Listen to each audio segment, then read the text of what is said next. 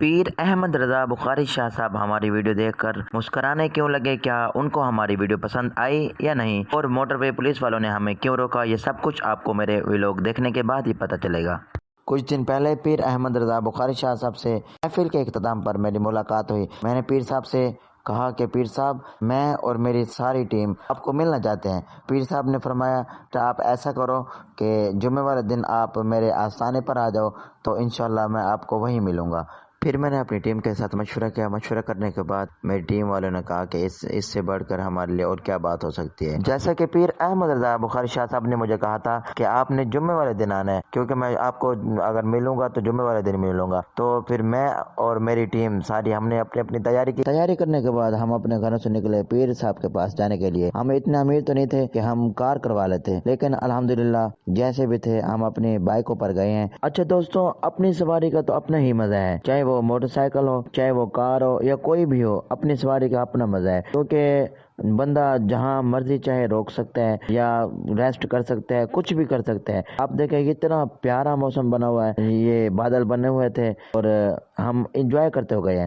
کافی سفر جب طے کیا ہے، کافی سفر طے کرنے کے بعد ہم نے جب دیکھا کہ سامنے موٹر وے والے کھڑے ہیں، موٹر وے والے نے ہمیں دیکھا کہ ہمارے ہاتھ میں ٹرائی پوڈ ہے، موبائل ہے، تمام سامان ہمارے پاس ہے، تو انہوں نے سمجھا کہ ہم ٹک ٹاکر ہیں اور ویڈیوز بناتے جا رہے ہیں، تو انہوں نے بھی ہمیں روک لیا۔ پھر انہوں نے میری موٹر سائیکل چلان کاٹا۔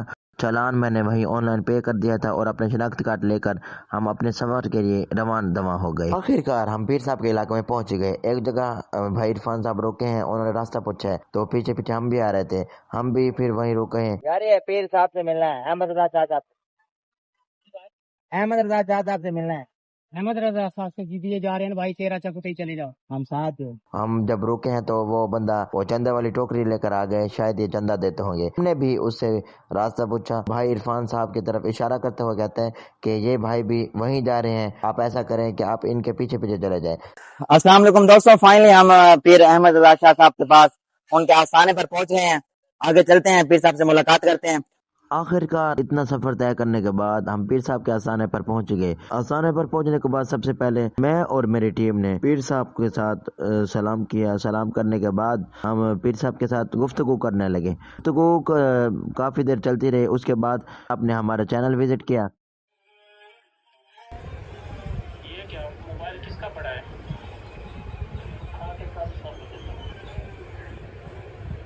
قاری صاحب یہ وضو خانے سے موبائل ملا ہے مجھے۔